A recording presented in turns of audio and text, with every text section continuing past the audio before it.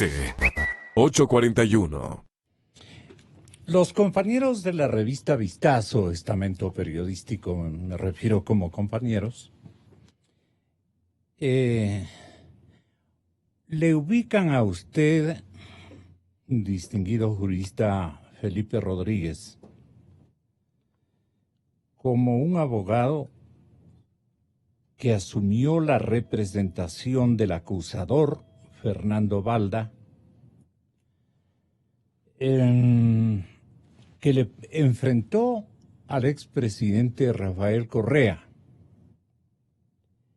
y que además usted se debe a una nueva escuela intelectual o de acción que replantea esquemas y formatos de nuestro modelo de Estado, de nuestra forma de ver la vida, de un señalamiento de los renglones de cambio que hay que establecer, que de hecho van a establecer las personas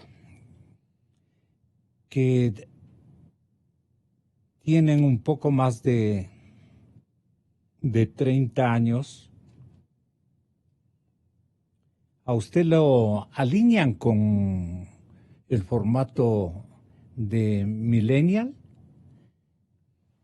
y un millennial aguerrido que enfrenta a un presidente déspota autoritario, fuera de esquemas, de cálculos, con una prepotencia inconmensurable. Pero usted, en la edad comprendida por los millennials, cae en esta, no cae, sino para muchos es resaltado como un claro ejemplo de un jurista exitoso y de un hombre que rompe esquemas, que quiere ver un futuro de otra manera y que lee a la ley, valga la oportunidad, lee a la ley de otra manera y siente que las instituciones y los formatos de justicia deben cambiar, deben hacerse de otra manera, y en definitiva le da la categorización de una generación que viene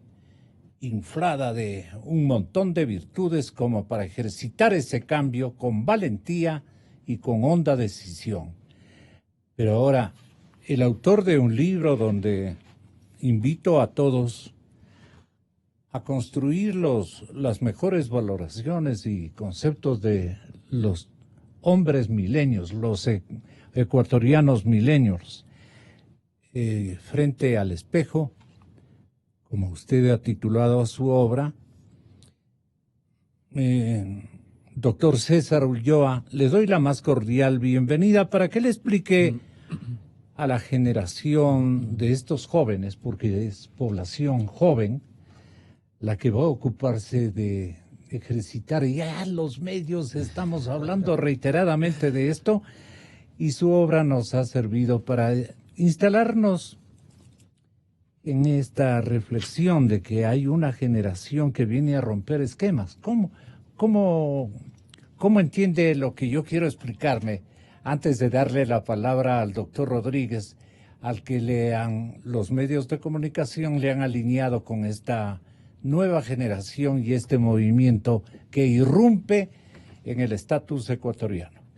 Muchísimas gracias, Gonzalo. De la misma manera expreso un cordial saludo a Felipe y a toda la audiencia que nos sigue en esta prestigiosa Radio Democracia, también con Radio Ex. Bueno, mi estimado Gonzalo, esta es una categoría súper importante, es un concepto que de modo irreverente nos pone en discusión qué papel cumple la nueva generación en la actualidad. Y se les ha denominado millennials a este segmento que va entre los 16 y 35 años y que además abre las puertas de un nuevo golpe generacional a inicios del siglo 2000.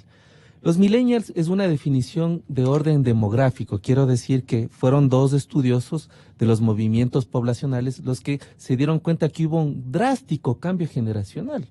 Y para que la gente que nos escucha nos entienda, siempre los demógrafos clasificaron como en tres grandes pelotones después de la Segunda Guerra Mundial a estos segmentos poblacionales. Entonces se hablaba, por ejemplo, los hijos de la Segunda Guerra Mundial, como los baby boomers. Hablaban luego los hijos de los baby boomers como la generación X, y luego vienen los hijos de la generación X que se llaman los millennials. Por ejemplo, Gonzalo, en este momento extraordinario de la entrevista, diríamos que aquí están 3 generaciones. Así es. Un baby boomer, usted, una generación X, que sería yo, y aquí está Felipe, que bajo estos criterios sería un millennials, que sería la última generación.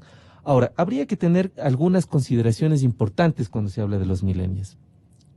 La primera, que es una generación condicionada por el uso de las tecnologías de la información y la comunicación. Indudablemente, esta generación tiene ciertos rasgos adictivos o extienden sus sentidos en el uso de los celulares. Es decir, el celular llega a convertirse como algo extremadamente indispensable para realizar cualquier actividad cotidiana, Gonzalo. Desde actividades de ocio que tienen que ver con el intercambio de mensajes a través de cualquier herramienta de mensajería instantánea, hasta indudablemente llevar su oficina o portar su oficina en el teléfono. Es decir, incluso nosotros vivimos ya un momento estaríamos viviendo el epitafio ya de los correos electrónicos, porque la gente ahora, por ejemplo, se comunica solo a través de WhatsApp. Esa es una cosa bastante contundente. La otra cosa importante, Gonzalo, es que los millennials tienen unas causas distintas por las cuales expresar su voz. Por ejemplo, las causas importantes en las que ahora los millennials alzan su voz desde el tema ambiental, el tema de la defensa de los animales, los derechos sexuales y reproductivos, todo lo que tiene que ver con esquemas que contradicen modelos autoritarios, dictatoriales, porque además la forma como ellos conciben la sociedad hace que el criterio de la autoridad o las relaciones que se construyen con las generaciones anteriores sea bastante diferente. Pero Gonzalo, Felipe y la gente que nos escucha, sí valdría la pena decir algo. Nosotros no podríamos generalizar, hablar de que el mismo comportamiento de un millennial ecuatoriano es el mismo comportamiento de un millennial japonés o de un millennial norteamericano. Porque indudablemente hay factores culturales, hay factores sociales, hay factores que condicionan incluso desde ciertos criterios socioeconómicos el comportamiento de este segmento de la población. Hay que decir un dato que es bastante importante. En el Ecuador, según el último dato que nos entrega el Instituto Nacional de Estadística y Censo, en el Ecuador hay 3.9 millones de millennials.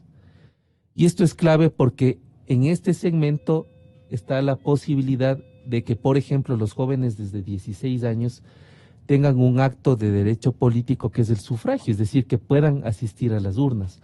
Lo que quiere decir Gonzalo y la audiencia que nos escucha es que en este segmento de la población se estará prácticamente debatiendo, decidiendo, organizando el futuro del país, por lo menos de aquí a unos 40 años. Es decir, si antes... ¿Quién hace ese tipo de cálculos? ¿Por qué por el hecho de haber nacido en el año de 1987? 1987, estoy bien. Felipe Rodríguez resulta ser un abogado exitoso, un penalista muy... ¿Usted es un penalista? Penalista, 100%. Penalista. Es un penalista con una capacidad para litigar impresionante, con una creatividad de formatos de aplicación de las normas jurídicas a asuntos que a él le interesa defender, no solamente por un interés personal, sino porque él está asistiendo a un nuevo enfoque de la vida, por decirlo de alguna manera. ¿Por qué por esa fecha de nacimiento le engloban en una actitud generacional distinta? Porque nos trataba de explicar que ha habido un brinco, un salto, un impulso, un recambio estructural significativo en la sociedad mundial que crea esta nueva generación y a nosotros nos deja, digamos, marginados de la tecnología, digamos, que nos pone con un valor agregado excepcional, pero que ya no lo tenemos porque nos atrasamos a esta temporalidad o algo por el estilo. Este, el mismo, el mismo doctor Rodríguez le dirán, ¿y a mí por qué me han puesto como un millennial? Solo quisiera decir dos cosas ahí, Gonzalo. La primera es que se llaman millennials porque nacen al albor de un nuevo siglo. Ya. Y una de las cosas que Felipe indudablemente no podrá entrar en un plano controversial es que los millennials son considerados nativos digitales. Por eso las madres de familia suelen decir que las nuevas generaciones vienen con el chip incluido. Ya. Y claro, estas nuevas generaciones tienen un dominio de las tecnologías de la información y la comunicación y por lo tanto hacen de ese dominio todo un despliegue para realizar actividades cotidianas. Pero además hay una cosa importante, que según el reportaje que hace Revista Vistazo, y también yo lo recojo en mi libro, es que en los millennials se da tres características importantes en un mundo globalizado. La primera, una competencia voraz en términos de excelencia, eficiencia, en cuanto a lo profesional y académico. Es decir, nunca antes, por ejemplo, el Ecuador y muchos países tuvo una masa poblacional tan calificada y cualificada para ejercer sus funciones. La segunda cosa es que los controles de calidad en cuanto al ejercicio profesional cada vez son más exigentes. Y la tercera, que me parece importante, es que en cortas edades, es decir, jóvenes de cortas edades, acumulan ya, no en un sentido de agregar muchas cosas, sino tienen ya en cortas edades varios títulos académicos. Eso se ve en este proceso de los millennials, lo que indudablemente nos da paso a una sociedad totalmente distinta. Ahora, Gonzalo, yo no creo que las generaciones anteriores se queden relegadas. Yo creo que más bien este debate lo que debe propiciar más bien es un diálogo intergeneracional, porque indudablemente los jóvenes se deben nutrir de la experiencia, de la sabiduría, e indudablemente, ¿no es cierto?, las generaciones pasadas tienen que nutrirse de criterios como innovación, desarrollo, tecnología y algunos indicadores nuevos que hacen que la medición de las cosas vayan por otros lugares. Los estados, las sociedades pueden beneficiarse de esa mixtura. Indudablemente, yo creo que el Ecuador incluso debería dar paso a ese diálogo intergeneracional en lo político, en lo social. No hay un salto, no hay un espacio egoísta entre las dos generaciones, una cargada de virtudes tecnológicas y otra más bien de libros, de recuerdos, de investigaciones propias, de otros valores innatos de la época a la que cada uno hemos pertenecido. Indudablemente, yo creo que parte de los acuerdos sociales debería ser precisamente el acercar a las generaciones con la finalidad de proponer unos mínimos de desarrollo hacia futuro. Si nosotros miramos, por ejemplo, Gonzalo, yo sé que no es el tema de la entrevista, cómo se está conformando ya el diseño de las listas para concejales, para alcaldes y prefectos, vemos que no hay cambio generacional. Y eso nos asusta, porque finalmente una sociedad que no da cambios generacionales o no hay un relevo programado... ¿Está destinada? Está destinada finalmente a generar una sociedad con huecos, con parches. Entonces yo creo que las generaciones nuevas deben protagonizar procesos en la administración de la cosa pública, pero además buscar este diálogo permanente entre las distintas generaciones. No es su culpa que sea milenial, es el destino, es la temporalidad. Bueno... Nacido en 1987, es abogado por la Pontificia Universidad Católica del Ecuador, con doctorado en Derecho Penal en la Universidad de Sevilla, masterados en Argumentación Jurídica en Alicante, en España, y en Palermo, Italia, especializado en Dogmática Penal, Göttingen en Alemania, entre otras especialidades. Al final de la historia, no soy el abogado de Fernando Balda, dice Felipe. La gente no debe ver el tema como Fernando Balda versus Correa. Debemos verlo desde la perspectiva, esto me gustó mucho, de la dignidad de un país contra un tirano. Y que nos representen esa dignidad, nos honra y nos satisface, porque es un joven bien hecho y bien logrado, ventajosamente también muy bien advertido por el resto de la sociedad, anterior a su temporalidad de vida y posterior, porque serán sus hijos también los que van a beneficiarse de su talento, de su preparación y del buen momento que le ha correspondido vivir. Pero usted reclamará que ha sido un asunto personal, espontáneo, de formación, de coraje para alcanzar los méritos que hoy redundan en una confianza impresionantemente grande, porque los mejores casos de coyuntura, los mejores problemas jurídicos o legales en controversia, usted los está dominando. Y no por esa cacería de los abogados tradicionales, sino porque le confían a usted que va a ser un buen ejercicio de ataque y de defensa, porque de las dos cosas se ve en la tarea judicial. Entonces, aunque Correa nunca más vuelva, aunque se quede prófugo y no lo podamos juzgar, sentamos precedentes, le bajamos eso, sentamos precedentes y les avisamos a los futuros gobernantes que nunca más vamos a permitir que pase algo así, que se les suba el poder a la cabeza. Tengo algo más de 30 años y sí es un orgullo haber conseguido sentar, así fuera de un modo simbólico, sentar en el banquillo de los acusados a un gobernante que manejó tanto poder. Aclaro que no hubo presiones, no hubo ayuda de nadie. El derecho es lo que va a vencer.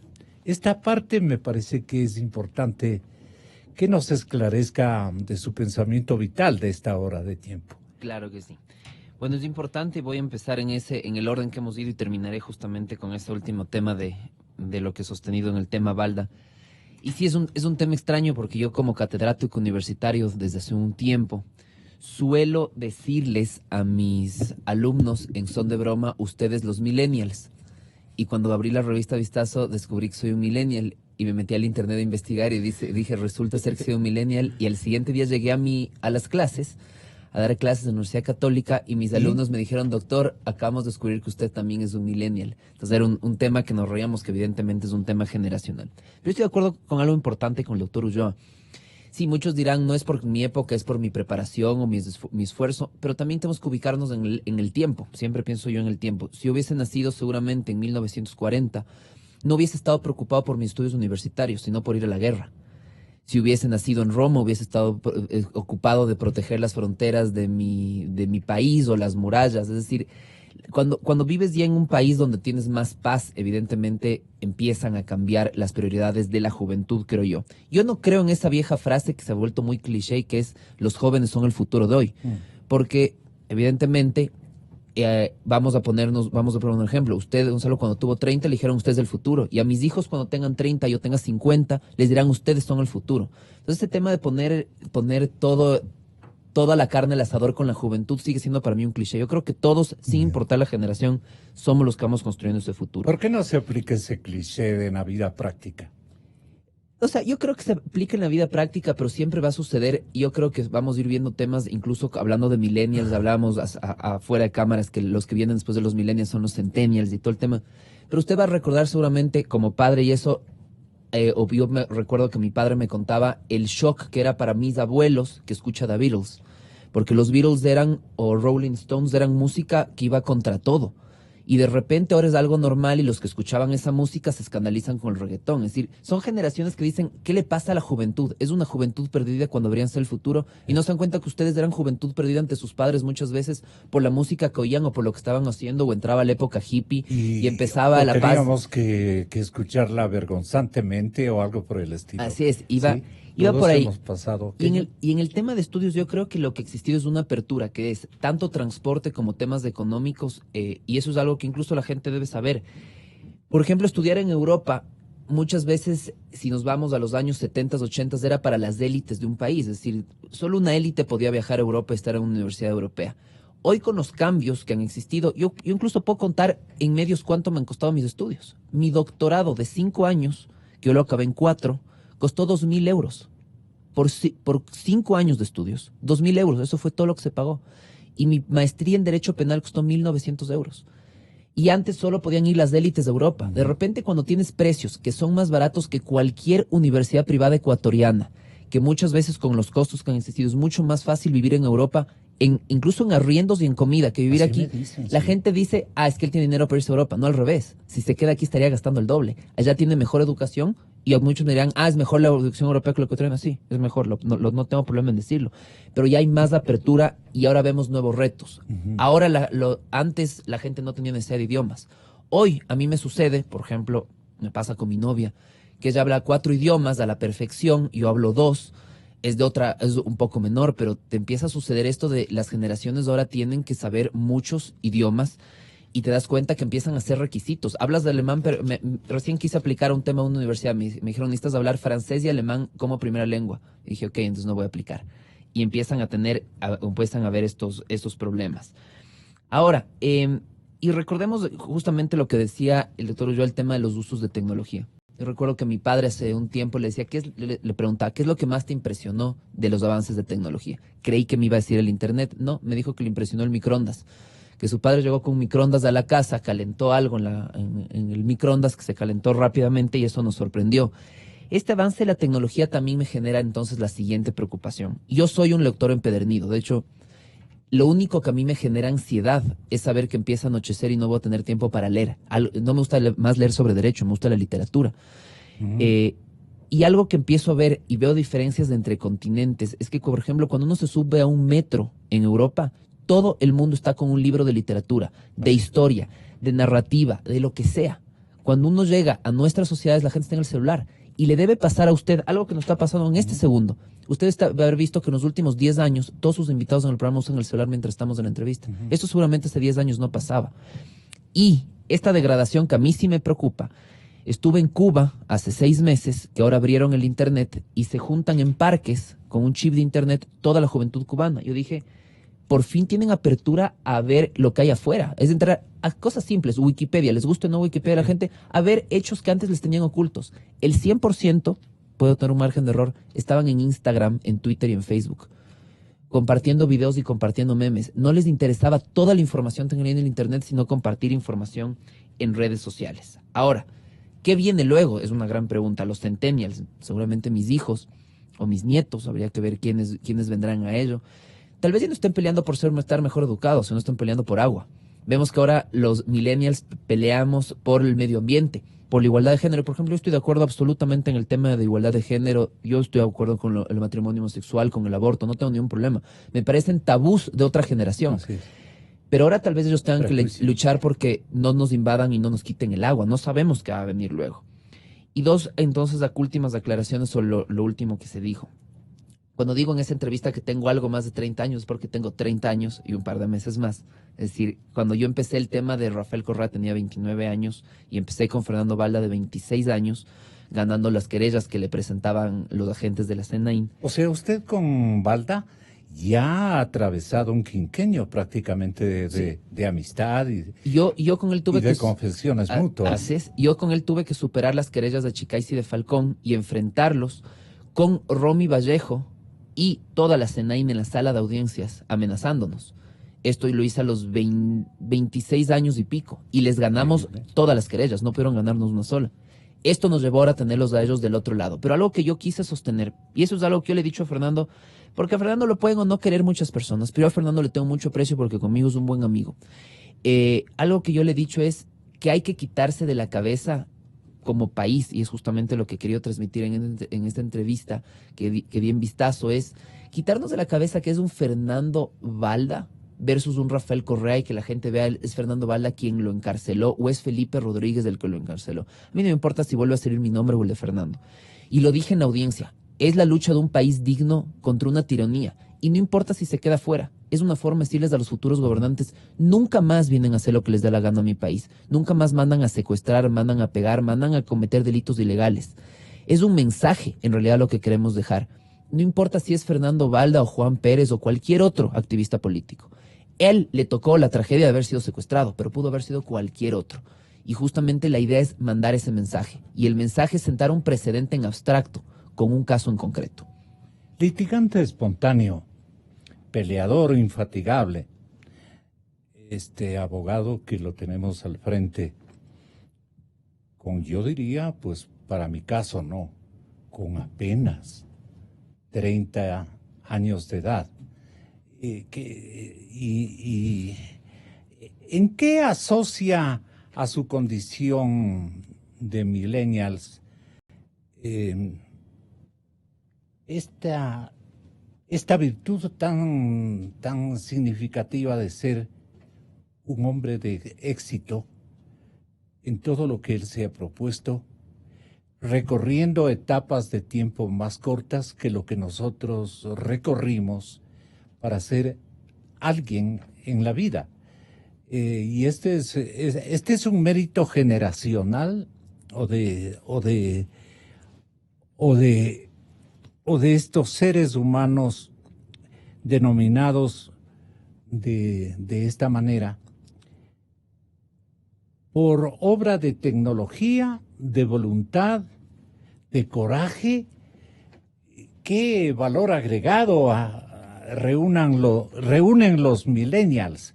Sería la pregunta para el autor de este libro. Sigo tratando de que la mayor parte de nuestros oyentes se acerquen a su obra, porque aquí hay un compendio para entender todas las cosas, un juego intergeneracional de lo que somos capaces o hemos sido capaces también de concretar en nuestras respectivas vidas. Pero yo me refiero, y quiero que se refieran los jóvenes que me escuchan, se refieran a la vida. Referirse a la vida es analizar las cosas que nos diga esta mañana y las cosas que usted le proponga decir y que usted ha recogido para más o menos graficar este libro con vidas reales y auténticas y esos cambios que han operado sus quehaceres exitosos, todos fantásticos, en esta generación a la que nos estamos refiriendo, doctor. Bueno, Gonzalo, los estándares de calificación de las nuevas generaciones son bastante distintos a las de las generaciones anteriores. ¿Por qué? Por ejemplo, si uno mira esta suerte de competencia que un sistema globalizado nos ha impuesto ciertos criterios de éxito, hace que los jóvenes entren en una escalada, a mi modo de ver, incluso hasta un punto de vista interminable. Es decir, el bachillerato prácticamente es un título de obsolescencia. Un juego. Y luego, claro, entramos a un proceso de hiperespecialización en cuanto a lo que significa estudios de cuarto nivel, maestrías, luego doctorados e incluso postdoctorados. Pero claro, a mí me parece que cuando yo dije que en el Ecuador es bastante difícil... Perdón, ¿la herramienta ha sido la tecnología? No, la tecnología es un aditamento. Es un aditamento indudablemente que complementa, que exige, que facilita. Pero en países como los nuestros hay que tener cuidado de algunas cosas, Gonzalo, y me parece súper pertinente la pregunta. La pregunta. Fíjese que nuestros millennials están expuestos a cosas estructurales que en el Ecuador no se superan por décadas. Uh-huh. Y claro, gran parte de los millennials están expuestos, por ejemplo, a un fenómeno como el embarazo precoz. El Ecuador en América Latina es uno de los países con más altos índices de embarazo precoz. En el Ecuador nunca se había dado una escalada de denuncias, por ejemplo, de abuso y de acoso sexual de adolescentes y de jóvenes. En el Ecuador hay un tema también estructural y es ese desánimo, ese desapego, esa apatía de los jóvenes hacia la política, por ejemplo. Si nosotros observamos las mediciones que hace el Latinobarómetro, el Barómetro de las Américas o Freedom House, el Ecuador es el país donde los jóvenes menos quieren hacer política. Y eso también obedece a un proceso en donde hay una escasez de referentes, hay un vacío de referentes, porque fíjese, Gonzalo, durante estos años lo único que los jóvenes han estado expuestos es a denuncias de corrupción. Entonces, ¿quién quiere entrar a un escenario de la política con honrosas excepciones? Porque hay políticos de mucho mérito y de mucho fuste, pero claro, es una exposición. Y la otra cosa que a mí me parece interesante es que incluso los millennials están expuestos a una forma distinta de relacionamiento entre el político y los electores, por el tema de la vida política, la ciberpolítica, la política digital. Antes la gente ansiaba, como en la época de Velasco Ibarra, en la época de Bucarán, en la época de Febres Cordero, ansiaba generar esos golpes multitudinarios que generen efervescencia, que el pueblo, ¿no es cierto?, transpire lo que es la política. Ahora la gente está contratando a community managers, administradores de redes sociales, por la capacidad de viralización o la capacidad de reproducción que tienen estas manifestaciones. Entonces, estas cosas que suceden ha hecho, Gonzalo, que la política cambie. Entonces ahora es más importante un selfie, alguien que se tome una fotografía, es más importante captar un video, es más importante un promocional, que no llegue ni siquiera a un minuto, que tenga entre 30 a 40 segundos, que tenga mayor impacto en cosas. Pero claro, eso también generó un fenómeno súper complejo, Gonzalo, y es que la gente ya no protesta en la calle, la gente protesta desde los celulares. Y cuando se protesta desde los celulares, finalmente tenemos una sociedad inmovilizada, en el sentido que todo ese desánimo, todas esas frustraciones terminan siendo virtuales más que reales. Entonces, claro, yo creo que estos fenómenos nos hacen hablar de cosas importantes como, por ejemplo, ya los profesores no tienen que enseñar las clases de la misma manera, y aquí está Felipe, que es profesor, yo también soy profesor universitario. Uno de los retos es incluir la tecnología dentro del aula, no excluir la tecnología. La otra cosa que me parece importante es que el consumo del conocimiento ya no viene solo por una parte letrada, sino que ahora es simbólica, icónica, llena de imágenes. Y la otra cosa que me parece importante, que se generan tribus, ya no tribus o urbanas que están en la calle, sino que ahora hablamos, por ejemplo, de los youtubers, de la gente que hace sus videos y los sube a YouTube, de los facebookers, es decir, la gente que está adicta al Facebook. Hablamos de la gente que genera estas tribus en Instagram, o la gente que además construye su vida a través del WhatsApp o del Telegram. Entonces, ¿qué quiero decir, Gonzalo? Que uno de los retos también para los millennials ahora es discriminar qué tipo de información es cierta y qué tipo de información no es cierta. Porque yo estoy seguro que a usted le ha de haber llegado muchas veces mensajes a WhatsApp, algunos descabellados, pero también le puede llegar información desclasificada que nos ponen aprietos a todos. Así es. Entonces también uno de los retos como docentes en este proceso es ayudarles a los chicos, a los jóvenes, a discriminar información de calidad e información que no es de calidad. En homenaje a los millennials, averiguarle a usted, doctor, ¿cómo ha sentido esa distancia de formación, esa confiscación que le ha hecho el tiempo a usted o usted al tiempo? Eso no estoy muy claro que digamos. Respecto a una experiencia en la formación académica, académica, jurídica, para enfrentarse con personajes que están en otra dimensión, con otras prácticas, con otras argumentaciones, en las defensas que ustedes llaman defensas técnicas de las personas a las que tienen que defender y que tienen que librar batallas con las mismas normatividades entre, por ejemplo, Caupolicán Ochoa y un doctor Rodríguez, en un caso en el que el uno usa un tipo de herramientas y el otro usa el mismo tipo de herramientas, pero con otra concepción y ayuda tecnológica, no sé. Esta diferenciación en la práctica judicial sí me interesa, digamos, transmitir a la gente desde su propia experiencia. Claro, claro que sí.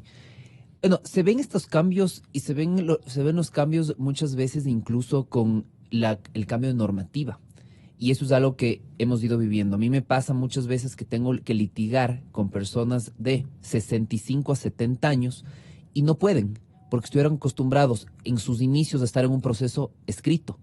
Cuando les tienes que llevar a la cancha, porque antes el papel aguanta atada, antes armaban un escrito de 20 hojas donde explicaban todo.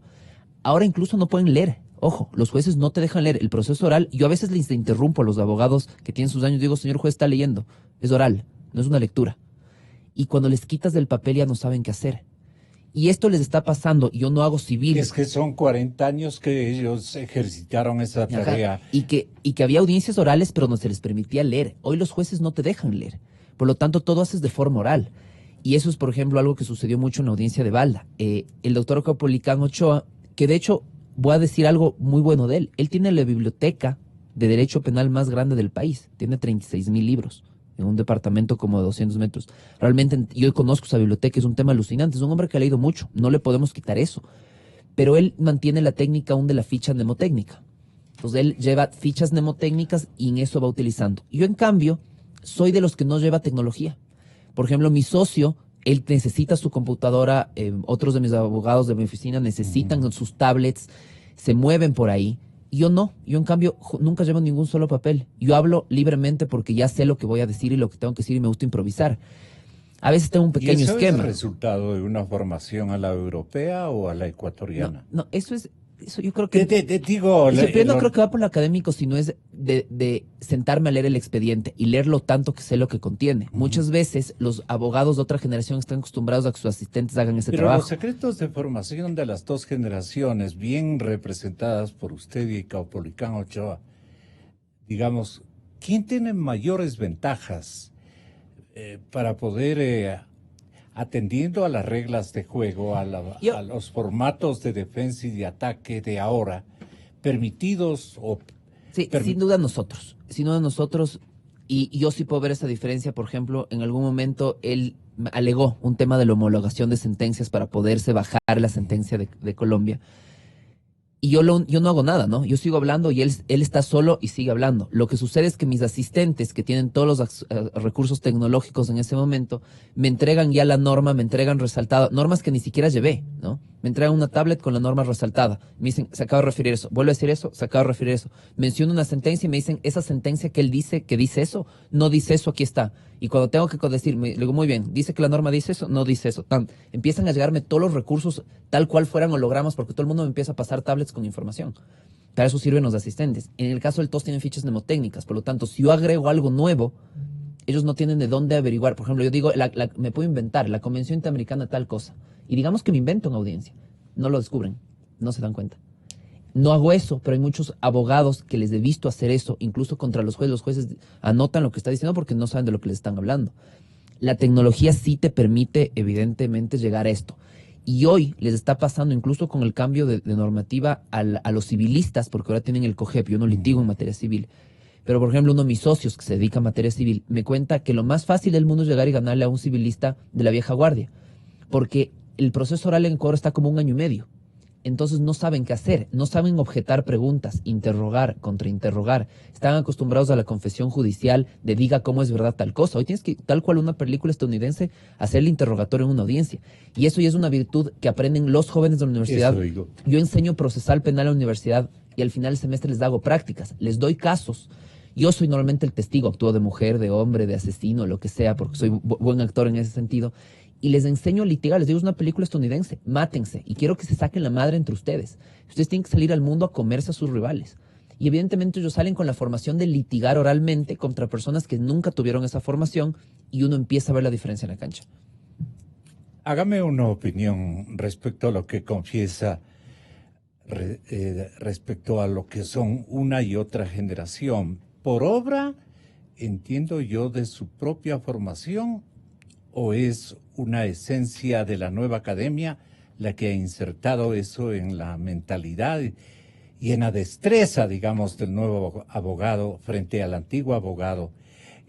¿Cómo usted hace esa diferenciación, destacando lo que son los millennials, por ejemplo? Bueno, yo creo que uno de los niveles de supervivencia es la capacidad de adaptación a los retos, las demandas y las exigencias del mundo actual. Y yo creo que entre las dos generaciones, entre la generación de los baby boomers, la generación X, la generación de los millennials, hay una distinción en cuanto a la velocidad con que se adaptan las nuevas generaciones, las tecnologías de la información y la comunicación. Y ahí quiero dejar en claro algo. Este concepto de nativo digital quiere decir que las nuevas generaciones están condicionadas indudablemente e irresistiblemente por el uso de la tecnología. Es decir, las generaciones anteriores tuvieron que irse adaptando a la tecnología. Las nuevas están condicionadas por ese uso.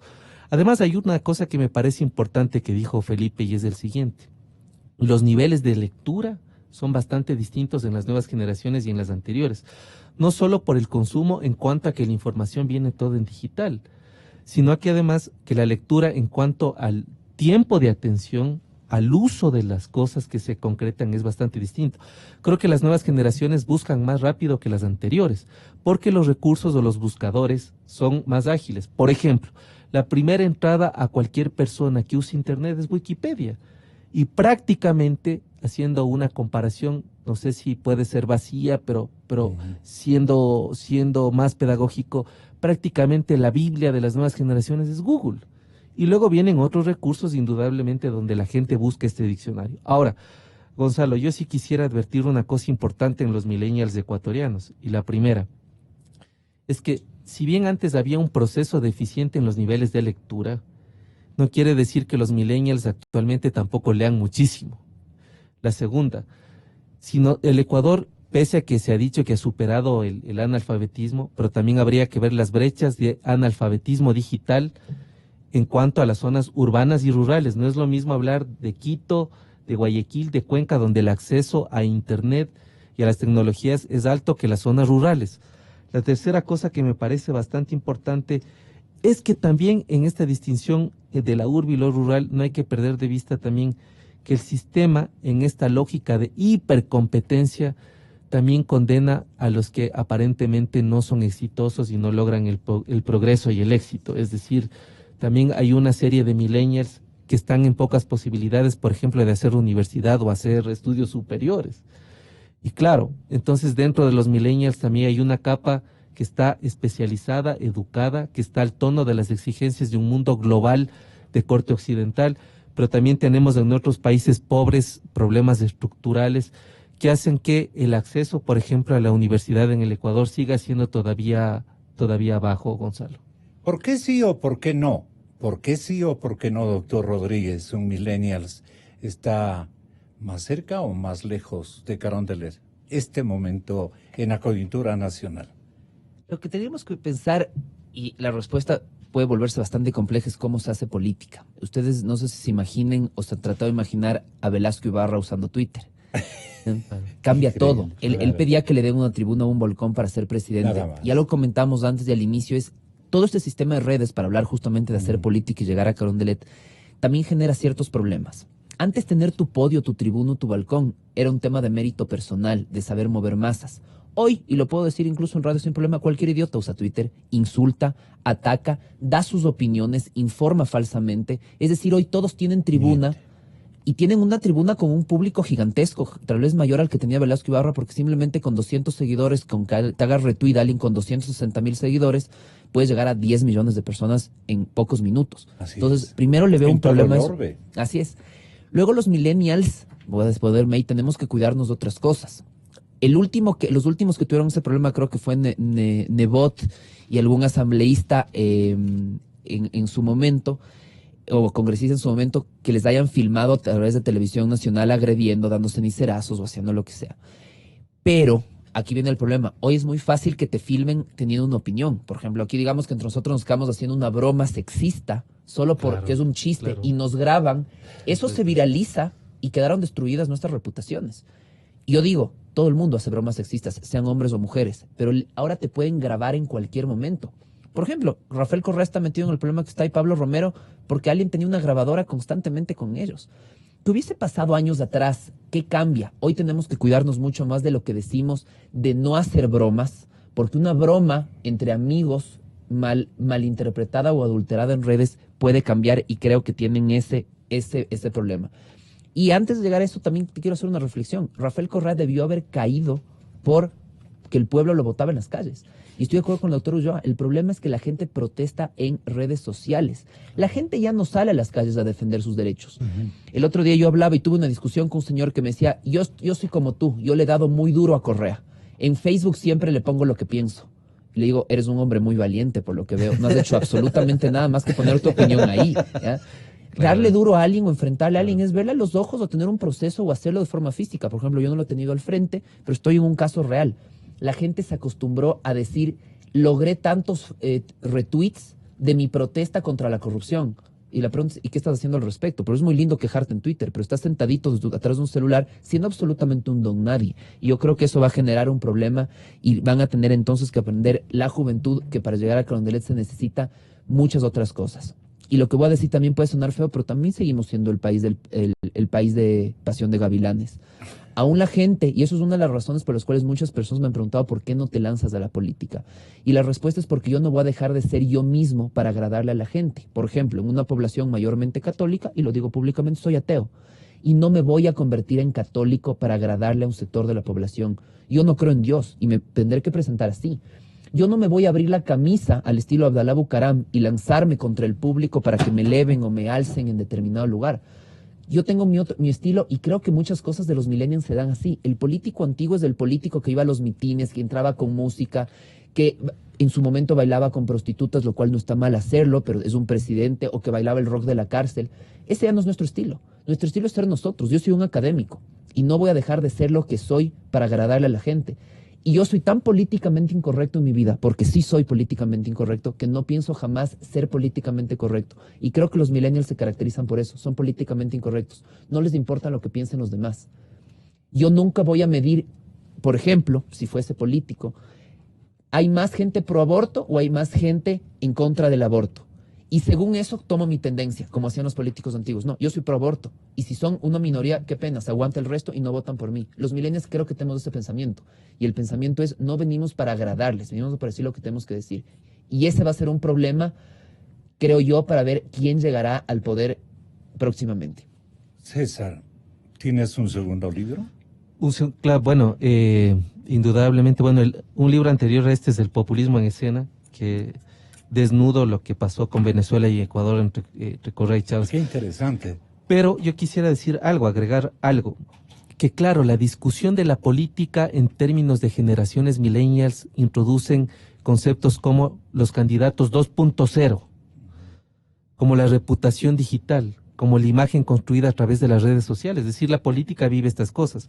Pero además me parece algo súper importante recalcar, y es que en este mundo de transgresiones permanentes, en donde prácticamente el descontento se expresa desde las redes y desde todo lo que significa viralizar, el tema del cuidado de la imagen en un mundo que vive secuestrado por la imagen es bastante cruel. Es decir, lo que decía Felipe es cierto, la gente ahora tiene un cuidado. No nos olvidemos del caso del asambleísta que en plena sesión estaba haciendo compras vía digital mientras los demás estaban discutiendo los textos de la asamblea, y ese es un tema complicado. Simplemente Gonzalo al final de decir que este texto lo pueden leer padres de familia, educadores, los millennials mismos. Es un texto que está en las librerías de la UDLA, se llama Los millennials frente al espejo, y es un tema que si bien abre la discusión, porque es un tema del que mucho se habla pero poco se escribe y se investiga, finalmente tendrá la posibilidad de que sigamos hablando de este gran reto, que es que las generaciones acuerden, que las generaciones compartan y que no se pierda lo maravilloso que es combinar experiencia, sabiduría, trayecto con innovación, con destrezas nuevas, con exigencias del mundo actual. De lo bueno poco. Gracias, Felipe. Gracias, César. Hasta siempre.